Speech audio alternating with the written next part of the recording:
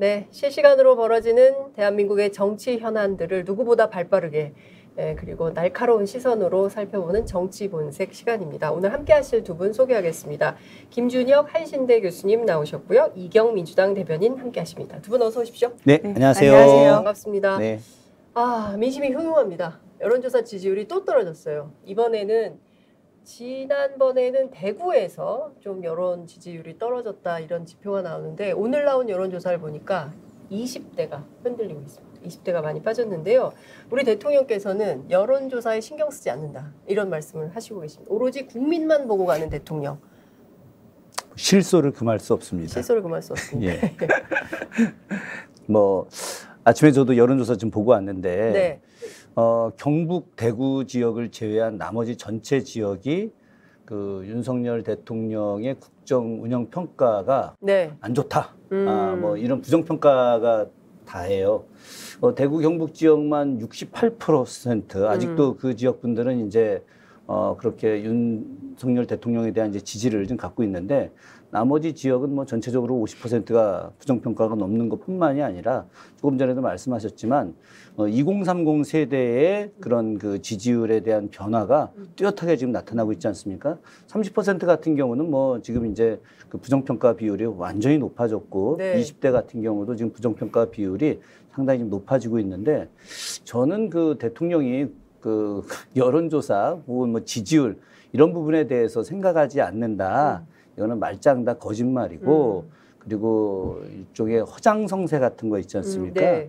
뭐 조금 이따 더 이야기하겠습니다만은 네. 저는 일단 기본적으로 실소를 금할 수 없고 말도 안 되는 이야기다. 헛소리 좀 발언을 좀 세게 하자면 네. 이건 뭐 좀 헛소리다. 헛소리다. 네. 윤 대통령 헛소리하고 있는 겁니까? 네, 그렇죠. 예. 저는 허세. 허세.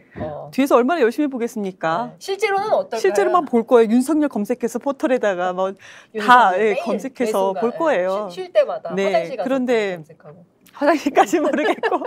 휴대폰 갖고 화장실 주로 근데 갔어요. 아무튼 네. 검색은 많이 할 것 같아요. 그런데 기자들이 매일 질문하잖아요. 뭐 인사도 질문하고 네. 이런 것도 질문하는데 거기서 뭐라고 하겠습니까? 신경 쓰지 않는다. 괜히 허세 부리는 거죠. 뻥카합니까? 허세다. 그런데 그 신경 쓰지 않는다에는 일정 부분 진심도 있을 것 같아요. 뭐 국민만 바라보면서 가겠다 이렇게 네. 얘기를 하지 않았습니까? 그러면은 지금 대통령이 됐습니다. 여론조사에 일일비 하지 않고 그건 일일비 하지 않는 것은 맞아요. 해야 됩니다. 그렇게. 그러면 그 민심을 어떻게 파악할 것이냐. 네. 그거에 대해서는 아무 얘기가 없습니다. 첫 번째, 민심을 어떻게 파악할 것이냐. 네. 그럼 두 번째, 국민만 바라보면서 간다고 했는데 그러면 여론조사에 참여한 국민은 국민이 아니냐. 네. 그것은 국민의 마음이 아닙니까? 아니, 이것은 저는 그러니까 뻥카와 허세 뻥카와 네. 두 번째는 민심을 진짜 못 읽는 건 아닌가 네. 이런 생각까지 같이 드는 그런 발언이 아닌가 생각이 듭니다. 대통령에 막상 당선되고 나니까 밤잠을 이룰 수가 없더라. 너무 이 막중한 책임무와 무게감에 잠이 안 오더라. 술 드시느라고요?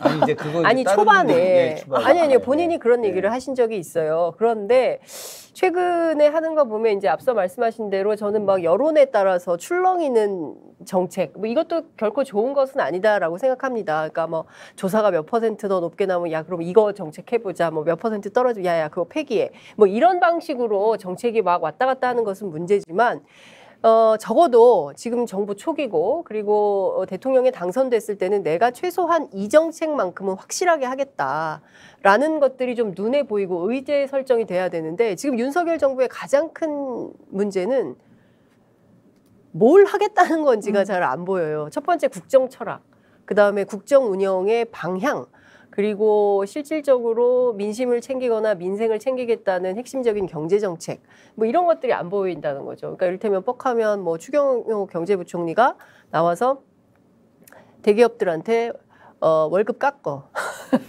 높이지 마 뭐 이런 얘기를 하고 그래서 실제로 공무원 월급이 동결될 가능성이 높다는 얘기가 보도가 쏟아지고 있어요. 그러니까 이게 지금 아니 뭐 흑수저들이 그나마 중산층을 유지할 수 있는 유일한 수단이 월급인데 그렇죠. 월급마저 대기업 깎으면 중소기업 안 깎습니까? 다 깎아요.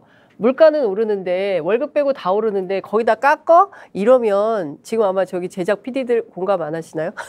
저는 대체로 공감하지 않을까 싶습니다. 가뜩이나 적은 월급도 또 깎아라 이러면 어떡하냐. 막 이런 여러 가지 국정 난맥상이 보이는 이런 상황인데요. 근데 대통령의 상황인식과 그 이른바 도어 스태핑에서 매일 하는 말씀에 대해서 공감을 좀 하시나요? 이를테면 아니 전 정권에서 이렇게 훌륭한 사람 봤습니까? 라고 얘기를 해요. 누구를 지명하면서 박순애 장관을 지명하면서 교수님 어떻게 보세요? 공감이 좀 되십니까? 아니 뭐 공감이 되면 여기 앉아 있겠습니까? 네. 네, 참 뭐라고 이야기를 해야 될까?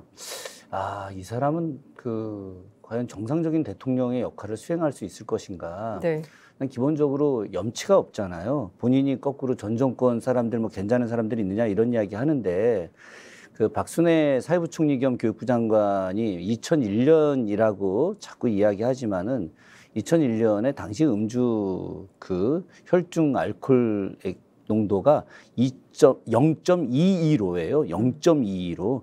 0.2라고 하는 숫자를 제가 거의 들어본 적이 없어요. 제 친구들 중에서도 음주운전했어도 0.1 뭐 3 되면 와 이건 뭐 도대체 얼마나 많이 먹었어 이랬는데 소주 4병 한 네. 번에 마셔야 나오는 수준인데 네, 근데- 사회부 기자 아니 진짜 사회부 기자들이 뭐라고 얘기하냐면 경찰서 출입 막 하잖아요. 사회부 기자들이 이 수치를 거의 본 적이 없다는. 아니 굉장히 저는 특이한 숫자. 제가 제 수치라는 친구가 거죠. 음주운전을 해서 경찰서 제가 같이 어. 가서 좀 케어해 준 적이 있었는데 네. 이 친구가 그 다음 날 자기가 경찰서 간 걸 전혀 기억을 못 했어요.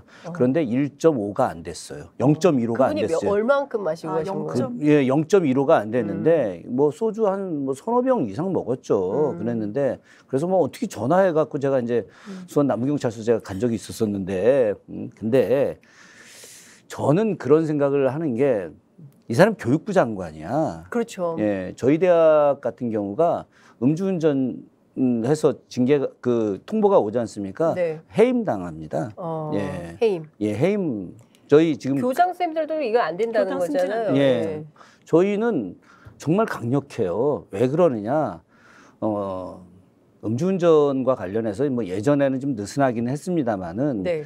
근데 지금은 이 윤창호법 이후에 사회적 인식이 거의 준살인죄에 해당된다고 생각을 하고 맞습니다. 있잖아요. 예. 그렇기 때문에 음주운전을 한 사람들이 과거 2001년이었다 하더라도 특히나 그 교육과 관련된 업에 종사하는 분들 이분들은 정말 스스로가 자신이 반성하고 또 자기가 나갈 길에 대해서 정확하게 생각을 해야 되는데 네. 박순애 사회부총리 겸 교육부 장관도 염치가 없고 저는 뭐 그걸 임명한 윤석열 대통령도 전혀 염치가 없는 사람이다. 그렇기 때문에 이렇게 국민들의 인식 수준을 이해하지 못하는 상황에서 국정 운영을 한다? 이것이 과연 가능하겠느냐? 이런 생각을 좀 해보고 제가 조금만 더 말씀을 좀 드리면은 이게 이 사람이 자라온 환경과 무관하지 않다. 어려서 그 굉장히 부잣집에서 유복한 환경에서 자랐죠. 자랐잖아요. 제가 그 모 언론사 네. 대표한테 직접 들은 이야기인데 네. 윤석열 대통령하고 굉장히 아, 이런 거 잘 좋아요. 알더라고요. 재밌어요. 잘 아는데 예. 양반이 이제 노량진에서 구술을 했잖아. 네. 그 저 고시촌에서. 네, 네, 네. 근데 이제 집에서 돈을 많이 받아오는 거예요. 웬만하면 구수하기 힘들어요. 네. 집에 돈 있어야 구수도 그럼. 하죠. 근데 네. 재미난 건 이제 그 고시촌에서 공부하는 고시생들이 돈이 없어서 제대로 술도 못 먹고 막 이런단 말이죠. 형이 다 샀어요? 예, 그렇지. 다 불러가지고 그러면서 시종일관 자기가 얘기하는 거야. 형, 이 새끼들 말이야. 형 얘기 들어. 형만 밀어. 그렇지. 그러면 그 성렬이 사람들은 형이야. 예. 네네. 한 번도 윤석열 당시 고시생한테 대든 사람이 없는 거야. 왜 술 사주는데, 밥 사주는데. 대장이잖아. 그리고 검사 됐어. 검사 됐는데 범죄인들이 이 새끼들 막 이러면 꼼짝 못할 거 아닙니까? 불어, 딱.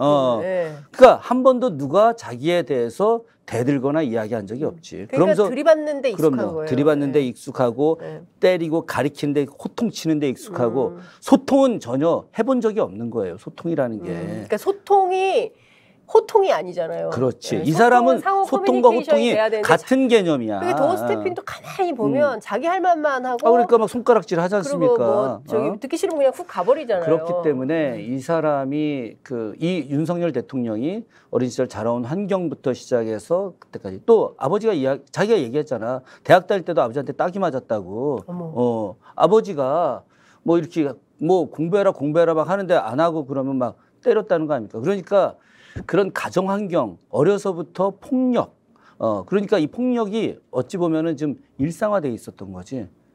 그러니까 그런 환경 속에서 자라고 본인이 또 그렇게 성장하고 또 검사 시절 검찰총장 이렇게 되면서 일방적인 지시에 의해서 이루어지는 자기가 늘 대장이지. 그러니까 이 사람의 리더십이라고 하는 건 뭐 이따 또 이야기하겠지만 그냥 건달, 조폭, 대장 리더십이야, 이게. 형님 리더십이다. 예. 아니, 형님은 또 달라. 좀 달라요? 왜 형님은 좋은 형님들도 많이 있잖아요. 아, 그래요? 그런데 이 조폭 세계라고 하는 것이 의리가 없어요, 실제로. 네. 그런 그 교수님 상황에서. 오늘 좀 많이 나가는 거. 아니, 검사가 족보까지 갔어요. 아니, 이 사람의 리더십을 비유하자면. 네. 교수님께서는 비유를 예, 비유. 학자시기 때문에 예, 비유를 학문적 하자면은 관점에서 네, 비유를 네. 하시는 거기 그렇기 때문에 때문에 네. 그런 리더십으로 법률에 하기 문제가 때문에 없는 것으로. 예. 아니, 정말 그렇기 때문에 네. 저는 그 앞으로 소통이 굉장히 어려울 수 있다라는 생각을 합니다. 그 이경 대변인께 네. 여쭙고 싶어요. 그 박순애 장관한테 임명장을 주면서 뭐라 그랬냐면 언론과 야당에 공격받느라 고생이 많았다 이렇게 얘기를 했습니다. 공격하셨습니까? 아, 무슨 공격이요? 그냥 언론에서는 지적할 부분을 지적한 게 맞죠. 그런데 무슨 이 부분을 왜 공격받는다, 고생했다. 근데 대통령실에서 그렇게 얘기를 해요. 또 그냥 그래도 임명장 주는 상황이니까 그래도 그렇게 대통령이 그냥 그 상대를 배려하는 차원에서 했다라는 식으로 얘기를 하는데, 근데 그 모습을 전 국민이 바라보고 있다는 거. 그러니까 나와 상대, 우리끼리의 관계뿐만 아니고 전 국민을 대상으로 그 대통령이라는 것을 잠깐씩 망각을 하는 것은 아닌가 생각이 들어요. 그리고 우리 지지율 하락 때도 이제 20대, 30대 지지율 하락되는 부분, 이준석 대표를 솔직히 말씀드리면은 당대표, 선출직 당대표를 지금 완전히 토사구팽하는 식으로, 그래도 선거 이기지 않았습니까? 이준석 대표 아마 되게 열심히 했을 거예요. 대선 때도 뭐 쇼츠도 많이 만들고 최선을 다했을 거예요. 그 나름대로는. 그런데 지금 아마 버리는 것이 아닌가라는 부분에서 이제 20, 30대 지지층이 좀 떨어지는 것이고, 그리고 또 소통을 하겠다라고 해서 도어 스태핑을 한다고 하지 않았습니까? 그런데 기자들이 질문합니다. 근데 그 기자의 질문이 무리한 질문이 아니었어요. 이런 인사에 대해서 어떻게 생각하냐. 그런 질문 당연히 해야 되는 질문입니다. 국민들이 다 질문을 해요. 근데 국민이 직접 질문할 수 없으니까 질문을 하는 것인데 거기에다 대고 손가락질합니다. 그리고 뭐 이러면서 손가락질하면서 다음 질문 이런 식으로 막 그래요. 네. 그것은 소통이 아니고 호통이다라는 네. 말씀 드리는 것이고요. 네. 그리고 처음에 우리 지금 왜 지지율이 이렇게 떨어지냐, 국민들끼리 봤을 때 미운 것만 보겠습니까? 기대도 있습니다. 그런데 우리가 지금 국가 미래 비전이 있습니까? 그런 아젠다가 있습니까? 없어요. 전혀 없습니다. 그런 부분에 대해서 지금 말씀드리는 것 같아요. 그리고 민생이라고 생각을 하는데 지금 민생 가장 국민들께서요, 저희 막상 주말에 저희 집을 가면 제가 이틀 동안 주말에 잊지를 못할 정도로 힘들어요. 왜 그러냐? 에어컨이 집에 있습니다. 한 대가 있어요. 근데 그거를 안 틀으세요. 그리고 선풍기를 2대 이상, 3대 이상까지 3대 정도 돌리면 에어컨 하나 트는 것보다 에너지 효율이 더 안 좋대요. 그런 선풍기를 저희 집 3대를 돌릴 수 있냐? 안 됩니다. 가족이 많은데도 선풍기 하나나 2대, 간신히 2대 돌리고 에어컨을 안 틀어요. 왜? 누진세 때문에 그럽니다. 전기세가 오른 상태에서 누진세까지 되니까 지금 이렇게 후덕지근하게 이렇게 지내는데, 지금 한전 적자가 10조라고 나왔습니다.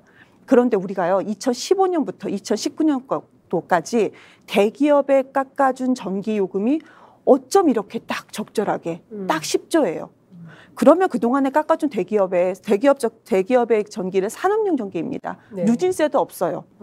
그러면 국민들 전기세 올리겠다라고 하지 않고 한전 적자니까 국민들 전기세 요금 올려 수밖에 없는 상황이다 이러는 것이 아니고, 그동안에 깎아준 전기요금 어떻게 하겠다, 아니면은 산업용 전기요금이 그럴 평균 전기 단가도 가장 낮습니다. 이것을 어떻게 하겠다, 누진세를 어떻게 하겠다, 이런 얘기를 해야 되는 거죠. 전기세는 안 깎고 누진세는 안 깎고 법인세 깎고 상속세 깎고 법인세도 그다음에 상속세 종부세 깎고 말도 부가감세하면서 실제로 우리 국민 부담은 늘리고 뭐 이게 그러니까 좀 어폐가 있는 것이죠. 제가 짧게만 더 말씀드려요. 네. 구체적으로 법인세요. 법인세 그 깎아준다는 게 영업이 3천억입니다. 영업이익이 3천억 원이에요. 이것이요 0.01%밖에 되지 않아요. 우리나라에 80대 기업밖에 없어요. 근데 깎아주겠다는 거고 상속세도 매출 1조까지는 해주겠다는 거, 면세 감세해주겠다는 거고 주식양도세 이거 폐지하겠다는데요. 주식양도세 100억 이하예요. 네. 우리 일반적인 가정에서 네. 그래요. 내가 중산층이 아니고 내가 좀 부자다 치다 하더라도 내 자녀한테 100억 이하 주식을 100억대 주식을 양도할 수 있는 집안이 얼마나 몇 있겠습니까? 명 안 됩니다. 거의 안 되죠. 안 되죠. 네. 종부세는 너무 많이 나왔지만 0.17% 작년 기준으로 네. 0.17%. 근데 여기서 1주택자들한테 깎아준다는 건 그래도 그나마 괜찮습니다. 네. 그런데 0.17% 중에서도 90% 이상이 법인이고 다주택자들이에요. 근데 이렇게 부자감세 다 한다고 해놓고서 지금 전기세 가지고 이렇게 얘기를 하고 있습니다. 전기세도 우리가 따지다 보면은 네. 아니, 대기업 전기세 어떻게 누진세 하겠다 얘기 나와야 되잖아요. 그러지 못하고 있다. 그러니까 민심이 지금 서서히 그렇습니다. 돌아서고 있다라고 말씀드리겠습니다. 지금 사실 이제 경제 불황, 경제 위기인 것은 우리만의 문제, 고물가, 고유가, 뭐 고환율 이건 우리만의 문제가 아니라 사실은 러시아 우크라이나 전쟁 때문에 우리 국민들이 어느 정도 이해하는 측면이 있는 것 같아요. 그렇죠. 우리만 어려운 건 아니고 사실 미국이 물가가 더 높대. 기름값이 우리보다 더 비싸대. 막 이제 이런 얘기를 하면서 아, 윤석열 정부에 대해서 좀 어려움이 있겠구나라는 이제 이해. 뭐 이런 건 하시는 거예요. 여러 미디어를 접하면서. 그런데 대통령이 지금 하고 있는 상황 인식이라든가 도어 스태핑을 통해서 보여주는 국민적 공감이 좀 형성되어야 되는 단어나 뭐 이런 언어들이 전혀 나오지 않는 것이죠. 심지어 전 정권에 지명된 장관 중에 이렇게 훌륭한 사람이 있냐라고 이제 교수님 어떻게 아니 본인도 전 정권에서 임명된 사람이잖아. 그러니까요. 오늘 중앙일보가 그렇게 썼어요. 네. 아니 그럼 당신은 전 정권에서 임명된 사람 아니냐. 그러니까 이런 얘기가 보수 언론에서 이제 나오기 시작하는 겁니다. 저도 이제 그런 생각이 들더라고요. 제가 그 얘기를 들으면서 그냥 황당해서 말을 못했는데 이거는 그 단기적 기억 상실증을 갖고 있는 거 아닌가. 제가 오늘 좀 심하게 이야기하나요? 네. 근데 본인이 문재인 정부에서 발탁된 인물 아니겠습니까? 그리고 승승장구해서 결국 이제 대선 후보까지 오게 됐고 대통령까지 된 사람인데 그러면 본인은 그럼 허접한 사람이냐 이거죠. 제가 이야기하고 싶은 것은 본인의 워딩이 아니라 국민들의 인식을 전혀 생각하지 못하고 있다. 국민들이 그 얘기 들었을 때 저 사람 뭐야? 저 지금 정신 나간 거 아니야? 이렇게 생각할 국민들이 난 90% 이상일 거라고 생각해요. 보수 진보를 떠나가지고. 그런데 그런 국민들을 그냥 아예 생각을 안 하는 거야. 생각을 안 하고 자기 하는 대로. 제가 어제 친구들하고 사실 그 국민의힘에 이번 도의원 된 친구가 고등학교 동기가 이제 간만에 찾아왔어요. 왔다가 이제 저하고 술 한잔 먹으면서 제가 이런저런 이야기 하다가 그런 얘기 했어요. 야, 너네 정말 잘해야 된다. 지금 너네가 여당대에 있지만 그런데 대통령이 이렇게 국민들에 대해서 생각하지 않고 자기 막말만 하고 거기에 뒤에서 이건 뭐 야 대통령이 김건희 여사 말만 듣는 거냐? 뭐 건희 여사가 야 지지율이 이렇게 떨어져도 괜찮아 걱정하지 마 내가 책임질게 뭐 이러면은 다 그냥 뭐 이거 다 되는 거냐? 막 이제 그런 얘기했더니 얘 친구들이 자기들도 이게 심각하다 벌써 느끼고 있다는 거예요. 그래서 대통령 당선되고 이제 취임된 지 2달이 안 됐는데 벌써 여당 쪽에 있는 그런 그 광역 의원들이 벌써 걱정하는. 광역 의원뿐만이 아닙니다. 지금 국회의원들도 마찬가지고요. 그 대통령실 안에 있는 분들도 그렇고요. 그리고 이제 심지어 보수 패널들조차 한숨만 쉬어요. 한숨만.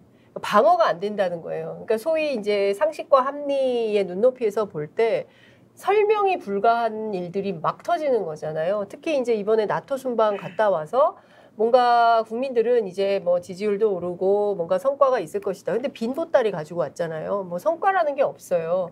거기에다가 더 심각한 것은 소위 B컷이라고 해서 김건희 여사와 막 사진이 막 나왔는데 이게 대통령의 동선이야. 누구의 동선을 중심으로 찍은 거.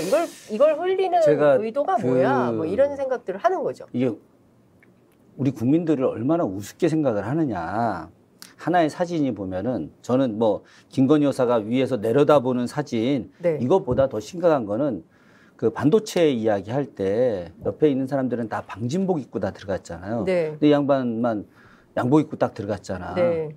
이거는 상상할 수 없는 일이에요. 왜 그러냐면 네. 그 반도체 그 공장 안에 왜 그 방진복을 입느냐. 그 이 나노라고 하는 것이 머리카락의 2000분의 1 정도로 세밀하게 해서 네. 칩을 만드는 건데 요만한 먼지도 들어가서는 안 돼. 그래서 거기 일하는 분들 절대 화장도 못하게 하고 들어가거든요. 그리고 네. 철저하게 붙고. 그런데 반도체 활성화된다 하면서 네. 그 온갖 권위를 다 드러내고 자기는 구두 신고 양복 입고 하나도 하지 않고 들어가서 뭐 왜 반도체 학과가 없네 어쩌네 저쩌네 막 이야기하지 않습니까? 네. 근데 일반 국민들이 이걸 처음에는 어리둥절해서 잘 몰랐을 거라 그런데 우리 국민들이 원체 이 또 검색들을 또 그럼요. 잘하고 예. 네티즌 또 수사대. 내용을 잘하고 그래서 벌써 야 삼성전자 그 공장에 들어가서 방진복 입고 들어가지 않은 것은 그 공장 전체를 갖다가 올스톱 시킬 수 있는 상황이 된다라고 하는 것까지도 이미 다 국민들이 알기 시작을 하는 거예요. 네. 저는 이런 정도의 어떤 수준들 그러니까 보여주기 식으로 그냥 즉흥적으로 생각나는 대로 국민들과 혹은 국가 전체의 생각을 하지 못하고 하는 부분들이 이제 앞으로 더 심해질 거다. 그러니까요. 예. 저는 그런 생각이 들었어요. 대통령은 법륜 스님이 아니잖아요. 그럼요. 법륜 스님은 증문즉설 하실 수 있어요. 그런데 대통령은 매일 아침 국민들을 상대로 증문즉설 하시면 이건 매우 곤란하다. 대통령은 굉장히 엄중한 자리고 정책을 집행하는 자리고 정말 국민 한 사람 한 사람의 눈물을 닦아주고 슬픔을 함께 해야 되는데 그냥 묻는 말에 즉석으로 대답하는 방식에 공감하기도 어렵고 지금 이런 그런 상황이 아닌가 싶습니다. 지금까지 그렇게 살아왔으니까요. 아쉬움 누군가가 그 나에 대해서 말에 복종을 하고 항상 그리고 마음에 안 들면은 수사할 수 있고 기소할 수 있고 그런 권력을 지금까지 가져왔었죠. 네. 그러니까 우리 공무원 중에서도 검사들이 가장 좀 심하게 이렇게 그냥 검사 세계가 가장 심하게 말도 심하고 그러니까 검사들의 문화 자체가 좀 많이 심하다 이런 얘기가 있지 않습니까? 심하다 표현 더는 못 나가겠네요. 근데 그런 거 있지 않습니까? 대변인 세게 하셔도 됩니다. 네. 거칠게 네. 하십시오. 근데 그 대통령의 후보 시절부터 말실수는 있었어요. 말실수는 상당히 많이 있었습니다. 상당히 많이 있었는데 그러면은 우리가 대통령이 된 이후에도 그러면 실무진들이 그 부분을 다 그러면 이렇게 뒤에서 그 치닥거리 하고 다닐 것이냐. 지금 막상 진짜 그렇습니다. 음주운전 아까 뭐 0.215라고 해주셨는데 완전 꽐라 아니에요, 꽐라? 이건 정말 꽐라죠. 그런데 성희롱 문제에 대해서도 성희롱 당사자가 이 부분에 대해서 나는 다 미리 얘기를 했다. 그래서 이 부분이 내가 될지 나는 뭐 겸하게 받아들인다 했나? 아무튼 그렇게 얘기를 했습니다. 네, 물러날 생각도 있다고 그럼요. 그랬어요. 그런 식으로 얘기했는데 막상 대통령이란 분은 그게 훌륭하다고 표현을 해요. 그러면 물론 훌륭한 점이 있겠죠. 그럼 대통령의 말입니다. 이런 부분이 부족함이 있었습니다. 국민들께서 이런 부분을 판단해 주시되 이러한 부분 좋은 부분이 있습니다. 전문적인 부분이 있습니다. 이거 1분도 안 걸립니다. 왜 이렇게 말을 하지 못했느냐. 왜 손가락질하고 왜 전 정부는 이렇게 훌륭한 사람이 있었느냐. 왜 그렇게 하느냐. 그런 부분에서 상당히 이 실수가 여기서 멈출 것 같습니까? 저는 그렇게 보지 않습니다. 네. 앞으로 외교에 많은 행사들이 있을 겁니다. 외교 문제. 이럴 때도 나올 것이다. 네. 그리고 비컷 사진 말씀 주셨는데요. 저는요. 비컷 사진에 많은 것들이 있겠지만 저는 김건희 여사의 그 명품으로 치장한 거 이거를 왜 굳이 그렇게까지 나오게끔 하는지 그리고 이거에 대해서 왜 해명은 또 없는지 자 보세요. 우리나라 영부인이에요. K컬처, K의료, K음식 뭐 이렇게 가서 얘기를 했습니다. K문화라고 막 다 얘기를 했어요. 막상 본인은 명품으로 치장을 했어요. 그게 만약에 명품이 아니고 뭐 프라다라든지 무슨 뭐 명품이 아니고 만약에 목걸이라든지 치마라든지 또 팔찌 이런 게 다 명품이었어요. 이미테이션이었으면 왜 우리나라 중소기업의 제품을 차지 않고 그러면 왜 해외 기업의 명품 그것을 했거나 아니면 그것을 따라했거나 왜 그렇게 하느냐. 근데 이거요.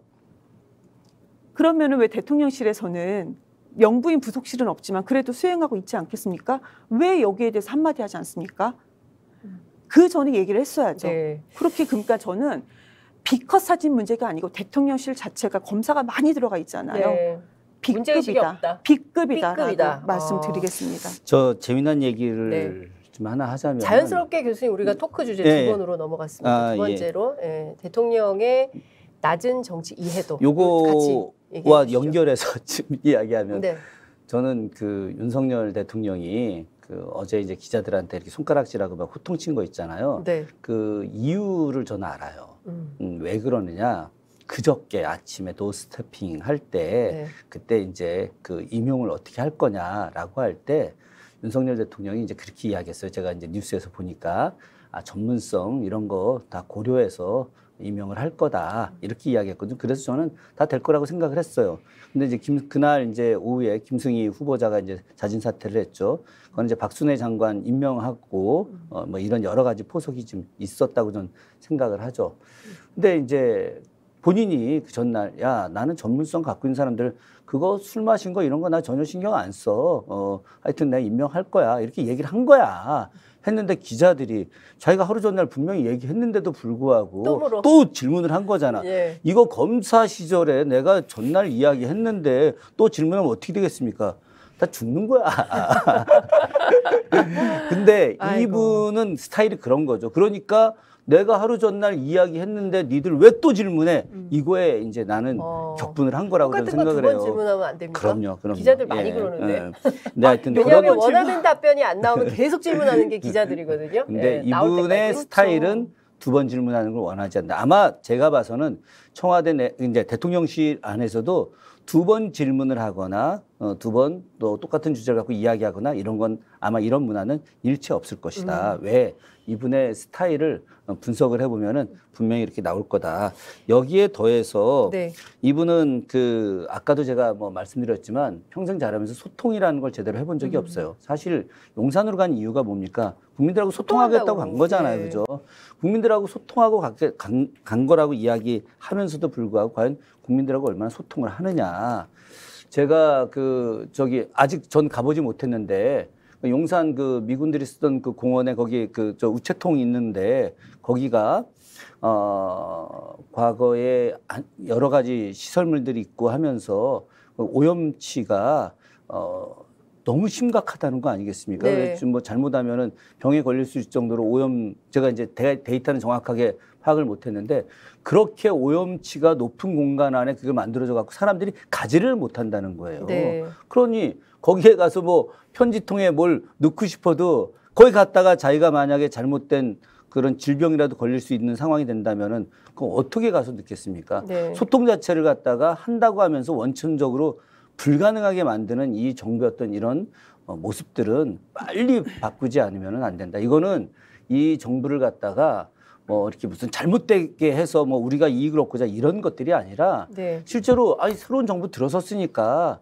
잘 돼야 될 거 아니겠습니까? 그렇죠. 국가 발전해야 되는 거죠. 그러기 위해선 국민들의 의견을 들어야 되는데 그러려면 준비를 더 제대로 해야 된다. 네. 이런 이야기를 드리고 싶어요. 그렇군요. 사실만 제가 말씀드릴게요. 용산공원 부지의 오염물질 수치가 공원 조성이 가능한 기준의 29배를 초과한 29배? 예, 29배를 초과한 거니까 이게 평범한 엄마들이 아이들 데리고 놀러 가기 어려운 뭐 어렵죠. 사실 위험 시설에 가까운 곳에서 국민들과 소통을 하시겠다고 하니 참 참으로 답답한 이런 상황인 거죠. 2020년도에 남영역 인근 캠프 킴부지인가요? 네. 그거 오염들을 조사했더니 그러니까 이거를 국방부가 1년 정도 정화 작업을 했음에도 불구하고 먼저 나왔던 그 부지의 90%가 오염이 되어 있어요. 네. 근데 중요한 것은 발암 물질이 상당히 그렇죠. 많다라는 거예요. 네. 그리고 우리 법적으로도 용산공원이 법적으로 개방이 안 돼요. 네. 그래서 지금 뭐 어떻게 하고 있습니까? 시험 개방인가?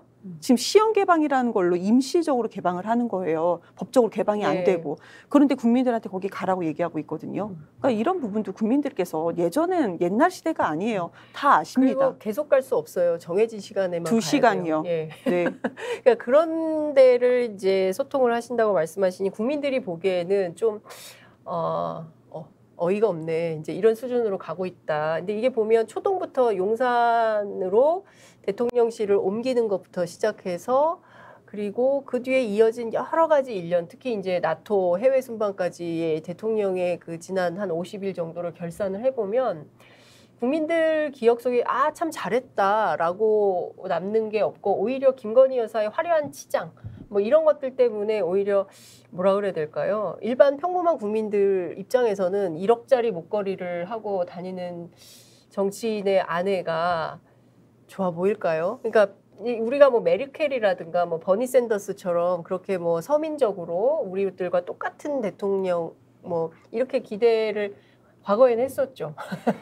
그러나 윤석열 시대 우리가 거기까지는 기대할 수는 없다 하더라도 최소한 그 우리나라를 대표해서 해외 무대에 나가는 거잖아요. 그러면 가격과 상관없이 우리 상품을 홍보하는 기회이기도 하지 않습니까? 뭐 K컬처 그렇게 얘기를 하면 우리 것을 좀 사랑하고 우리 것을 좀 보여주는 무대로 삼아야 되는데 전부 해외 명품을 썼어요. 프랑스 대통령 부인은 프랑스 거, 뭐 각국의 미국 대통령 부인은 미국 거, 랄프 로렌을 왜 입겠어요? 다 이유가 있는 거거든요. 다 이유가 있고. 그런데 그런 이유를 다 팽개치고 나 이렇게 패션 모델이 아니잖아요. 네? 정치인 뉴스 영부인이. 보니까 이번에 나토 순방국 영부인들 그 옷 복장 평가가 있었더군요. 세계인들이 그 가만히 안 있어요. 평가하는데 워스트 쪽에 가 있어요. 지금 우리 선생님 말씀하셨던 대로 각자 자기 나라 고유의 특색 있는 어떤 옷을 입는 거예요. 그러면 그때 주한 스페인 그 마드리드 문화원 갔었을 때 그때 이제 K컬처 이야기 한 거 다 국민들 봤지 않습니까? 그러면 한복을 입고 갔어야지. 아니 그냥 오리지널 한복 아니어도 개량된 한복, 우리나라 개량된 한복이 전 세계에서 가장 아름다운 옷으로 평가받고 있어요. 그러면 대통령 영부인께서 그렇게 한복으로 옷을 입고 가서 거기서 K 문화를 이야기했다, 우리의 문화를 이야기했다. 얼마나 좋겠습니까? 그러면 세계인들이 봐서도 야, 한국의 대통령 부인이 자기 나라의 문화, 역사, 의복 이런 부분들을 보여주겠구나. 제가 역사학자 입장에서 좀 잠깐 하나 설명하자면은 1900년에 프랑스 파리에서 세계 만국박람회가 개최가 됐어요. 그때 우리나라가 참여를 합니다. 참 놀라운 일이죠. 그때 우리나라 전시관이 경복궁 근정전 있죠. 그걸 3분의 2 모양으로 당시 프랑스의 기업인이 만들어줬어요. 그 안에 전시관이 돼 있었는데 뭐 책부터 곡물 뭐 여러 가지인데 의류가 우리 전시가 됐는데 의류가 당시 그랑프리를 받았어요. 1900년에. 1900년에. 예. 이건 뭐 일반적으로 아는 분들은 없는데 지금 얘기 나오니까 네. 예, 122년 전의 일이네요. 예, 제가 이제 그때 그 만국박람회 논문을 제가 이제 좀 쓰다가 지금 중단했는데 근데 보세요. 1900년도에 우리 의복이 남자 의복, 여자 의복이 특히나 또 여성 의복이 전 세계에서 가장 아름다운 의복으로 인정을 받고 있는데 이미 100여 년 전에도 지금 우리가 얼마나 높은 경제력과 문화를 갖고 있습니까? 이때 우리의 어떤 한복을 입고 갔었으면 정말 세계적인 인물이 됐었을 거예요. 그게 아쉽다는 거예요. 이경 대변인 좀 정치인이시고 또 그 여성이시고 하니까 누구보다도 날카로운 논평을 하실 수 있으실 것 같아요. 저는 이런 얘기를 해주고 싶어요. 명품으로 치장하지 말라. 당신 자신이 명품이 되라. 근데 자존감이 얼마나 낮으면 그 명품으로 치장해야만이 만족을 할까? 해외 명품으로 치장을 해야만이.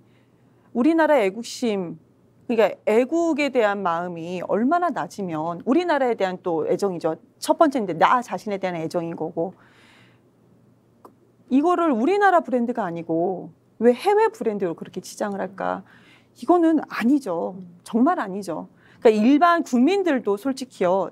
내 자신을 명품으로 만들고자 하는 사람들은 그렇게 명품에 연연하지 않습니다. 안 해요, 보통. 이게 일반적인 사람들 생각의 심리예요. 그런데 우리나라 영부인이라는 그래도 그런 자격으로 해외에 순방을 간 거 아니겠습니까?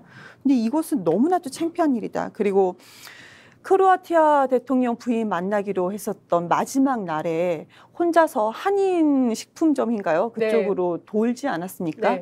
근데 그때도 저는 참 웃겼던 것이 크로아티아 대통령 부인이 국내 문제로 귀국했다고 그랬어요. 그래서 혼자 자기는 이렇게 순방한다. 그런데 어디 계셨습니까? 원래 영부인 일정에 같이 있었어요. 그러니까 대통령실에서 이렇게 해명하는 것도 이것이 제가 아까 B급 말씀드렸죠. 네. 완전히 B급이죠. 네. 사실관계도 아닌 걸 얘기했고, 근데 또 그 복장이 또 우크라 룩이라고 했나요? 우크라이나 저는 그게 되게 웃겼어요. 아니 우크라이나 룩을 입고 왜 한국 식품점에 가서 그러니까요. 근데 뭐 색깔도 위아래 거꾸로 저처럼 입고. 이렇게 그 이제 아이 키우는 주부의 입장에서 그 장면을 보면 어떻게 보이냐면 너무 웃긴 거예요. 일단 시장 갈 때 그 식품점 갈 때 그렇게 화려하게 입고 안 가요. 첫 번째. 그리고 두 번째는 뭘 장바구니라도 갖고 가야 될 거야. 연출을 하려면 뭐 장바구니라도 하나 갖고 가서 뭐 라면이라도 하나 사든지 뭐 그런 게 아니라 뭐 거기를 이렇게 쳐다보고 있는 장면이에요. 너무 매치가 안 되는 거예요. 우크라이나 상징을 했다는데 아니 그러면 우크라이나 상징을 했으면 우크라이나의 평화를 뭐 이렇게 해갖고 뭐 1인 시위를 하든지 아니면 뭐 평화의 상징을 뭐 전쟁 반대 뭐 이런 주장을 하든지 전혀 이게 스토리텔링이 안 되는 상황인 거예요. 그리고 그 보면은 이제 방송에 나와서 얘기하신 많은 그 보수 패널들이 많은 사람들이 뭐 인파가 몰렸다는 식으로 얘기했거든요. 그 사진에서 단 한 명도 쳐다보지 않습니다. 그 사진은 우리가 기자가 그냥 그 컷을 일부러 만든 것이 아니고 본인들이 사진을 찍은 거예요. 그리고 그것을 그냥 배포한 거죠. 그런데 단 한 명도 쳐다보지도 않아요. 이게 뭐 하는 겁니까? 왜 영부인 일정에 갔으면 영부인 일정을 소화를 하지 왜 혼자 따르게 행동을 했느냐. 이것도 좀 웃기지 않아요? 그 짧은 일정에 영부인들과 안면을 보겠다고 했으면 안면을 열고 얘기를 해야죠. 영화가 리얼리밖에 되지 않는다 하더라도 해야죠. 그런데 이거 뭡니까? 완전히 B급이다 전체적으로. 그러니까요. 근데 지금 아쉽게도 시간이 그렇게 많지 않아서 제가 오늘 꼭 다뤄보고 싶은 이슈가 있었습니다. 뭐 여기 주제가 많이 있긴 합니다만 어제 문화방송 단독으로 보도된 내용이 있어요. 대통령 1호기, 공군 1호기에 민간인이 탑승을 해서 논란이 좀 거세게 일고 있습니다. 특히 이원모 검사 출신이죠. 인사비서관의 부인이라고 하는데요. 뭐 물론 그 전체 행사를 기획했다는 게 지금 가장 최근에 나온 대통령실의 해명입니다.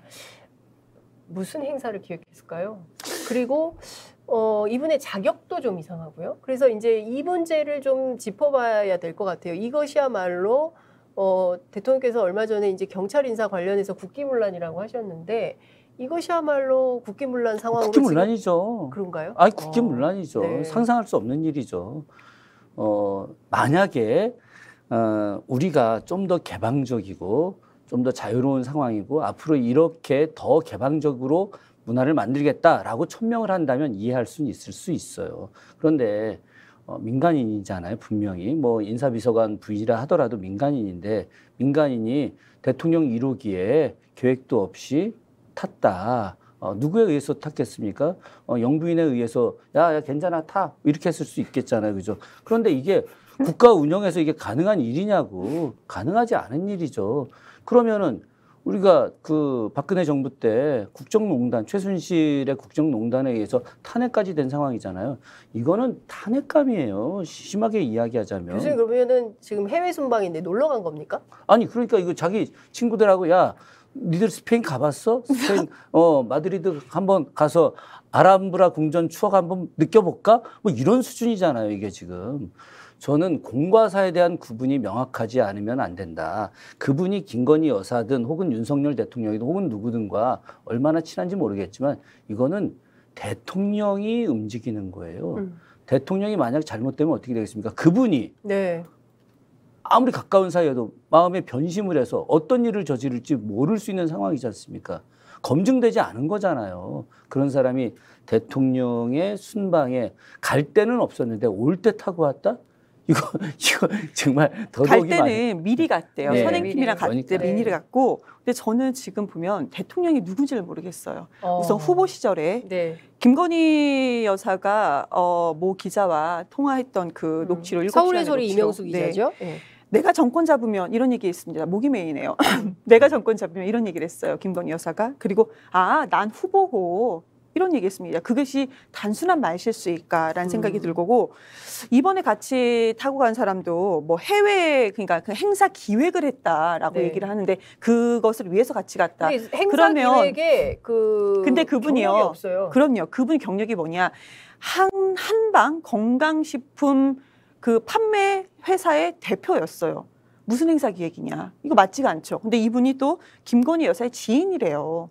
뭐 친했다고 그러더라고요. 지인이다. 예, 예. 뭐 친했다. 예. 그러면 여기서 관용 요건 어떻게 받았지? 그러면은 1호기 탄 어떻게 탔을까? 어떤 순서로 1호기를 어떻게 탔지? 그럼 1호기 탄 비용은?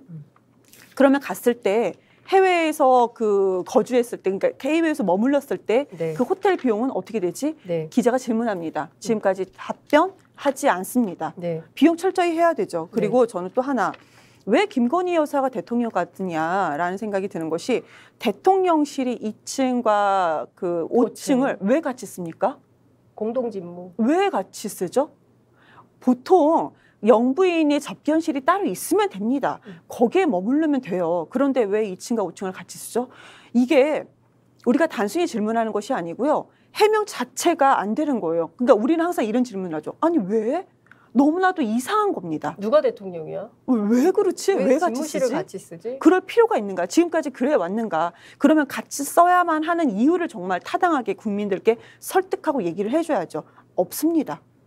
그래서 지금 김건희 백으로는 김건희 여사 백으로는 다 되는구나라는 생각까지. 근데 이것이 보면은 공식적인 자리에 있는 사람이 아닙니다. 이것이 바로 비선실세에 있는 거죠. 그러니까 저희가 우리 국민들이 모두 다 기억하고 있는 2016년 최순실 국정농단 사태를 다들 기억을 하실 겁니다. 그때 우리가 제일 심각하게 생각했던 건 민간인 신분인데 뭐 아무런 공무원 신분이 아니에요. 그런데 이분이 아무 때나 청와대에 들어가서 대통령의 연설문을 고치고 그다음에 이제 국가의 문양 같은 걸 막 바꾸고 그리고 대통령한테 나 떠나 드세요 언니 뭐 이런 얘기를 한다거나 그리고 모든 국정 운영에 개입을 했어요. 그렇기 때문에 국민들이 정말 광화문에 정말 발 디딜 틈이 없을 정도로 시민들이 나와서 초등학생부터 정말 유모차를 끄는 그런 엄마부터 해서 노인들까지 전부 나와서 이건 아니다. 이게 나라냐. 이렇게 했었거든요.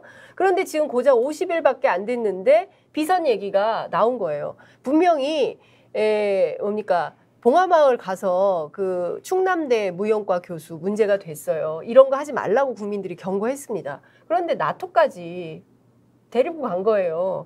근데 제일 심각한 게 뭐냐면 대통령의 해외 동선은 무조건 기밀입니다. 그럼요.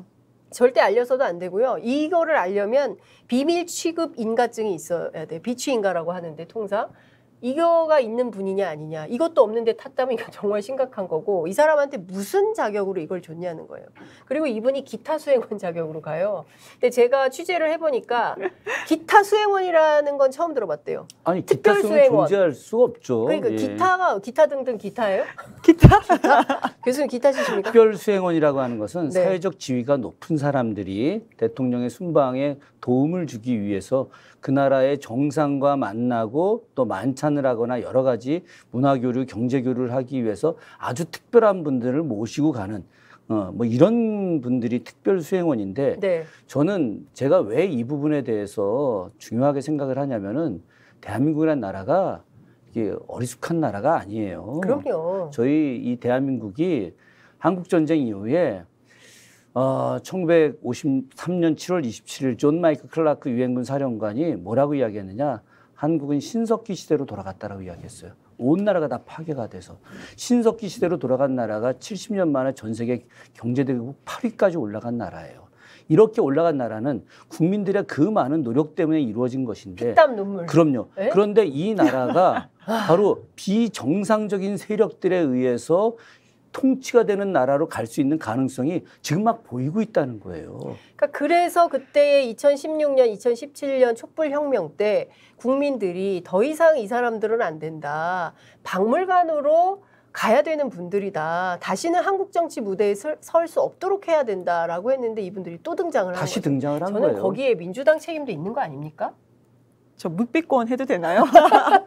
저 분명히 있다고 생각합니다. 분명히 민주당의 민주당 책임이 있지 있죠. 않습니까? 네, 분명히 예. 책임이 있죠. 선거에서 많이 승리를 하고 국민들께서 뭐 지선, 총선, 이렇게까지 지지를 해줬다면은 뭔가 기대하면서 지지를 해주셨겠죠. 그런데 그 기대에 미치지 못했다. 그리고 지금도 그 기대에 정말로 충족해야 할 정도로 그 정도는 아니다. 그런데 개선되고 있다까지만 말씀을 드릴게요. 개선되고 이경 있다. 대변인께서 원래 자신만만하게 말씀하시는 분인데 민주당 얘기가 나오니까 아니 뭐 고개가 민주당, 점점 숙여져요. 뭐 민주당 잘못이죠. 저도 네. 작년 12월에 민주당 정당혁신위원 하지 않았겠습니까? 정당혁신위원 왜 안 되는 겁니까? 정당 혁신이. 정당혁신이 왜 안 되느냐? 네. 이번에도 제가 그 대통령 선거 끝나고 나서 네. 대선평가, 지선평가 제가 발표를 했었어요. 그래서 이번에 새롭게 하는 비대위에서는 정당혁신위원회에서 만들었던 그 당대표 선출안과 관련해서 혁신적 안을 받아들여라. 그리고 네. 여러 가지 내용 받아들여라 하는데 자기들의 이익들, 계파 싸움이라고 표현을 해야 되나? 전 크게 보자면은 바로 이제 어떤 당원 중심으로 새롭게 운영되어져 가는 이 당의 모습을 원하지 않는 기득권 세력들, 이것이 계파가 아니라 네. 그런 큰 기득권 세력들이 이것을 막는 일이다. 그렇기 때문에 이 기득권 세력들의 어떤 이익을 지키려고 하는 모습 때문에 지금 그 대통령실에서 하고 있는 이 잘못된 행동들, 또 윤석열 정부에서 잘못된 인사들에 대한 임명들, 이런 거에 대한 견제 하나도 하지 못하지 않습니까? 그러니까요, 지금. 그러니까 얼마나 만만하겠어요. 아니, 그러니까 정말 저는 신기한 게요. 박순애 장관 후보자가 결국 장관이 됐어요. 근데 전력이 화려해요. 그러면 민주당 출신의 국회 교육위원회 위원들 있지 않습니까? 그럼 기자회견이라도 해야 되는 거 아닙니까? 그리고 이게 문제다라고 국민들께 알려야 되는 거 아닙니까? 왜 민주당은 아무것도 안 하고 있습니까? 저는 그게 너무 이해가 안 가요. 그러니까 170석이라는 의석을 국민들이 몰아줬어요. 왜? 민주당의 정부가, 촛불혁명 정부가 들어섰는데도 끊임없이 국민의힘에서 발목 잡기 해서 정책 실현을 할 수가 없다. 그러니 의회 권력을 다수 권력으로 만들어 주십시오 해서 그래? 그럼 국민들이 또 몰아준 거예요. 그런데 뭐 하는 거냐? 우리 교수님과 그러면 저를 밀어주십시오. 국회로. 두 분이 국회로 가시면 저는 이제 할 거예요. 몰아주는 저는 거죠. 합니다. 그러면 혼자라도 합니다. 확실히? 1인 시위라도 네. 합니다. 요거 꼭 하죠. 해갖고 돌려주세요. 이거 이경 대변인 말씀하신 거. 저는 이제 뭐 방송 끝나고 네. 의원회관에 가서 교수님이 기자회견 하십니까? 아니 제가 이제 그 의원들 좀 만나기로 했어요. 저희 어. 그 같은 우리 86 의원들 네. 만나서 교수님 586이십니까? 예, 저 네. 86학번입니다. 어. 86인데 86학번. 박지원 전 위원장이 나가라고 그러는 그렇지, 학번인데. 글쎄요. 근데 저는 민주당 혁신과 관련해서 오늘 이제 그 의원들 만나고 저녁 때도 좀 만나기로 했는데 제가 강력하게 이야기 지금 할 생각이고 메시지를 오늘 벌써 좀 주고 왔어요. 그래서 이따 다들 좀 보자. 근데 뭐 아주 각별한 친구들인데 현역 의원들이라 뭐 제가 존중하지만 우리 국민들의 의견들 또 시민사회의 의견들을 갖다가 받아서 혁신하지 않으면 다 공멸이다. 그러니까요. 또 전준이 룰을 바꾼다고 해서 민주당이 또 이제 그 자중질환에 빠졌다. 뭐 이제 이런 얘기도 나오고 여러 가지가 혼란스럽습니다. 정치가 그러니까 정치가 국민을 걱정해야 되는데 이거 어떻게 된 게 맨날 국민이 정치 걱정을 하고 있어요. 국민이 정부 걱정하고 이러다가 우리 큰일 나는 거 아니야? 이러다 전쟁 나는 거 아니야? 이런 걱정을 밤낮 해야 되니 이걸 어떻게 하면 좋겠습니까? 정말 여기 계신 이 두 분들이 국회로 가셔가지고 정말 정치를 싹 다 바꿔서 새로운 나라를 만들지 않는 한 이게 굉장히 어렵겠다. 같이 가시죠. 아니 저는 교수님 저는 언론인입니다. 요즘 언론인 중에 국회 가는 분들 많잖아요. 저는 제대로 잘 못하더라고요. 네, 저는 이 자리를 지키고 있겠습니다. 시청자 여러분 어떻게 보셨습니까? 좀 정말 답답한 말씀만 드려서 죄송합니다. 가슴이 뻥 뚫리는 속 시원한 말씀을 드려야 되는데 늘 이런 얘기들만 하고 있습니다. 그러나 어떻게 하겠습니까? 또 이 또한 우리가 함께 어깨 걸고 연대해서 넘어야 되는 고비가 아닌가 싶습니다. 오늘 두 분 너무 말씀 잘 들었고요. 국회 가셔서 국회에서 열심히 활동해 주시기 바랍니다. 오늘 정치본색 여기서 마무리하겠습니다. 감사합니다. 예, 고맙습니다. 감사합니다.